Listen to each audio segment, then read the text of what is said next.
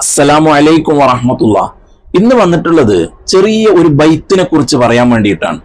ചെറിയ ബൈത്ത് എന്ന് പറഞ്ഞാൽ വെറും 2 വരികൾ മാത്രമുള്ള ചെറിയ ഒരു ബൈത്ത്. ഇതാർക്കും അറിയാത്തതൊന്നുമല്ല, എല്ലാ ആളുകൾക്കും അറിയുന്ന, നമ്മളൊക്കെ സാധാരണ ചൊല്ലാറുള്ള ബൈത്താണ്. എന്നാൽ ഇതിന്റെ മഹത്വം, ഇതിന്റെ പോരിശ അധികം ആളുകൾക്കും അറിയില്ല എന്ന് വേണം കരുതാൻ. അതായത് ഈ ബൈത്ത് പതിവാക്കുന്ന ആള് ഈമാനോടുകൂടിയല്ലാതെ മരിക്കൂലെന്നാ. ഇതാരാ പറഞ്ഞത്? ആരെങ്കിലും ഇങ്ങനെ വായ കൊണ്ട് പറഞ്ഞതല്ല, ഇമാമിങ്ങൾ കിതാബിൽ പറഞ്ഞതാണ്. അതാണല്ലോ നമുക്ക് തെളിവ്. അപ്പൊ ഏതാണ് ആ ബൈത്ത്? എപ്പോഴാണത് ചൊല്ലേണ്ടത്? എത്ര പ്രാവശ്യമാണ് ചൊല്ലേണ്ടത്? ഇതാരാ പറഞ്ഞത്? ഇതൊക്കെ നമുക്ക് നോക്കേണ്ടതുണ്ട്. അതിനു മുമ്പ് ഈ ബൈത്തിനെ കുറിച്ച് പറയുമ്പോൾ എനിക്ക് ഓർമ്മ വരുന്നത് എൻ്റെ വല്യുമ്മാനെയാണ്. വല്യുമ്മ എന്ന് പറഞ്ഞാൽ എൻ്റെ ബാപ്പാന്റെ ഉമ്മ സയ്യിദത്ത് നഫീസ ബീവി. ഇന്ന് നമ്മോടൊപ്പം ഇല്ല. അള്ളാഹു താല മഹദി അവറുകളുടെ ഖബർ വെളിച്ചമാക്കി കൊടുക്കട്ടെ, ഖബർ വിശാലമാക്കി കൊടുക്കട്ടെ, ഖബർ സ്വർഗമാക്കി കൊടുക്കട്ടെ. ദുനിയാവിൽ ചെയ്ത സൽക്കർമ്മങ്ങളൊക്കെ അള്ളാഹു താല ഖബറിൽ നേരം പോക്കാക്കി കൊടുക്കട്ടെ. ആമീൻ യാ റബ്ബൽ ആലമീൻ.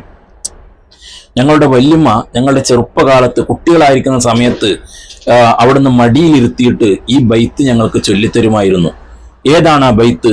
നമുക്കൊക്കെ അറിയുന്ന ഇലാഹി ലസ്തുലിൽ ഫിർദൗസി അഹ്ലാ വലാ അഖ്വാ അലാ നാരിൽ ജഹീമി ഫഹബ്ലി തൗബതൻ വഗ്ഫിർ ദുനൂബി ഫഇന്നക ഗാഫിറു ദംബിൽ അളീമി. നമുക്കൊക്കെ അറിയുന്ന ബൈത്തല്ലേ? എന്നാൽ ഇതിന്റെ പോരിശ, ഇതിന്റെ മഹത്വം, അതാണ് നമ്മൾ നോക്കേണ്ടത്. അതിനു മുമ്പ് ഇതിന്റെ അർത്ഥം കൂടി നമുക്കൊന്ന് നോക്കിയാലോ? വലിയ അർത്ഥമുള്ളതാണ്. കാണാൻ വെറും 2 വരി മാത്രമേ ഉള്ളൂ എങ്കിലും വലിയ അർത്ഥമാണ് അതിനുള്ളത്. അതായത് അള്ളാഹുവിനെ വിളിച്ചുകൊണ്ട് അള്ളാഹുവിനോട് പറയാണ്, പടച്ചോനെ ഇലാഹി ലസ്തുലിൽ ഫിർദൗസി അഹ്ലാ വലാ അഖ്വാ അലാ നാരിൽ ജഹീമി. പടച്ചോനെ, ഞങ്ങൾ സ്വർഗത്തിന്റെ അവകാശികളൊന്നുമല്ല, സ്വർഗം ചോദിക്കാനുള്ള അവകാശങ്ങളൊന്നും ഞങ്ങൾക്കില്ല, അതുപോലെ നരകത്തിലേക്ക് പോകാനും കഴിയില്ല, നരകം താങ്ങാൻ ഞങ്ങൾക്ക് കഴിയില്ല പടച്ചോനെ. അതുകൊണ്ട് ഫഹബ്ലി തൗബതൻ വഗ്ഫിർ ദുനൂബി ഫഇന്നക ഗാഫിറു ദംബിൽ അളീമി. ഞങ്ങളുടെ തൗബ സ്വീകരിച്ചുകൊണ്ട് ഞങ്ങൾക്ക് നീ മാപ്പ് താ, ഞങ്ങൾക്ക് നീ പൊരുത്തപ്പെട്ടതാ പടച്ചോനെ. നീയാണല്ലോ എല്ലാ കുറ്റങ്ങളും എല്ലാ ദോഷങ്ങളും പുറത്തു തരുന്നവൻ, നീയാണല്ലോ, ഞങ്ങൾക്ക് നീ പുറത്തു താ അല്ലാഹ്. എത്ര വലിയ അർത്ഥമാണ് അതിന്റെ അർത്ഥം അല്ലെ? ഇനി ഇത് എപ്പോഴാണ് ചൊല്ലേണ്ടത്?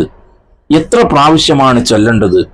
ഇതിങ്ങനെ ചൊല്ലിയാൽ ഈമാനോടുകൂടിയല്ലാതെ മരിക്കൂല എന്ന് ആരാ പറഞ്ഞത്? ബഹുമാനപ്പെട്ട ഇമാം ഷഅറാനി റളിയല്ലാഹു അൻഹു പറയുന്നു എന്ന് ബഹുമാനപ്പെട്ട സയ്യിദുൽ ബഖരി റളിയല്ലാഹു അൻഹു അവിടുത്തെ ഇയാനത്തു ത്വാലിബീന്റെ 2-ാം വാള്യത്തിൽ പറയുന്നുണ്ട്.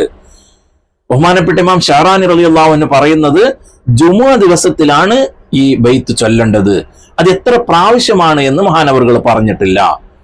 അതും ജുമുഅയുടെ ശേഷമാണ് ചൊല്ലേണ്ടത് എന്നാണ് പറയുന്നത്. ജുമുഅ നിസ്കാരത്തിന്റെ ശേഷമാണ് ചൊല്ലേണ്ടത്. പക്ഷെ മഹാനവറുകൾ എണ്ണം പറഞ്ഞിട്ടില്ല. എന്നാൽ ബാക്കി ചില പണ്ഡിതന്മാർ, ബാക്കി ചില മഹാന്മാര് പറയുന്നത് അത് 5 പ്രാവശ്യമാണ്. ജുമുഅ നിസ്കാരത്തിന് ശേഷം 5 പ്രാവശ്യം ചൊല്ലണം എന്നാണ്. അപ്പൊ മൊത്തത്തിൽ നമ്മൾ നോക്കുമ്പോൾ വെള്ളിയാഴ്ച ജുമുഅ നിസ്കാരത്തിന് ശേഷം 5 പ്രാവശ്യം ഈ ബൈത്ത് എല്ലാ ആഴ്ചയിലും പതിവാക്കുകയാണെങ്കിൽ ആ മനുഷ്യൻ ഈമാനോടുകൂടിയല്ലാതെ മരിക്കൂല എന്ന് ബഹുമാനപ്പെട്ട സയ്യിദുൽ ബഖരി റളിയല്ലാഹു അൻഹു ഇയാനത്തു ത്വാലിബീനിൽ പറയുന്നുണ്ട്. എന്നാൽ ഈ ബൈത്ത് ആരാണ് ആദ്യം ചൊല്ലിയത്? അതിനൊന്നും കണക്കില്ല. അതായത് പണ്ടേയുള്ള ഇമാമിങ്ങൾ തൊട്ട് ഇങ്ങോട്ട് ഈ ബൈത്ത് ചൊല്ലി വരുന്നുണ്ട്. അതുകൊണ്ടാണ് അവരൊക്കെ ആ ബൈത്തിന്റെ മഹത്വം ഇങ്ങനെ പറഞ്ഞിട്ടുള്ളത്. അല്ലാഹു സുബ്ഹാനഹു വ തആല നമുക്കൊക്കെ ഇത് പതിവാക്കാനുള്ള തൗഫീക്ക് നൽകുമാറാവട്ടെ. ആമീൻ യാ റബ്ബൽ ആലമീൻ. കാരണം നമ്മുടെ ജീവിതത്തിന്റെ ലക്ഷ്യം എന്താണ്? നമ്മുടെ ജീവിതത്തിന്റെ ലക്ഷ്യം ഈമാനോടുകൂടി ജീവിക്കുക, ഈമാനോടുകൂടി മരിക്കുക, സ്വർഗത്തിൽ കടക്കുക, അള്ളാഹുവിന്റെ ലിഖാ കാണുക അല്ലെ? ഇതാണ് നമ്മുടെ ലക്ഷ്യം. അപ്പോ ഈമാനോടുകൂടി ജീവിക്കണം, ഈമാനോടുകൂടി മരിക്കണം. അപ്പൊ അള്ളാഹുവിന്റെ ഒരുപാട് വിധി വിലക്കുകളുടെ ഇവിടെ നമ്മൾ പാലിക്കേണ്ടതുണ്ട്. അപ്പൊ ഈ ഈമാനോട് കൂടി ജീവിക്കാൻ ഈ ഒരു ബൈത്ത് നമ്മൾ പതിവാക്കല് അതിനൊരു കാരണമാകുമെങ്കിൽ അത് നമുക്ക് വലിയൊരു ഖൈറല്ലേ? അള്ളാഹു താല ഭാഗ്യം നൽകുമാറാവട്ടെ. നമ്മൾ ചെയ്ത എല്ലാ പാപങ്ങളും അള്ളാഹു താല പുറത്തു തന്നുകൊണ്ട് അള്ളാഹു താല ഇഷ്ടപ്പെട്ട അടിമകളിൽ നമ്മെ എല്ലാവരെയും ഉൾപ്പെടുത്തി തരുമാറാവട്ടെ. ആമീൻ യാ റബ്ബൽ ആലമീൻ.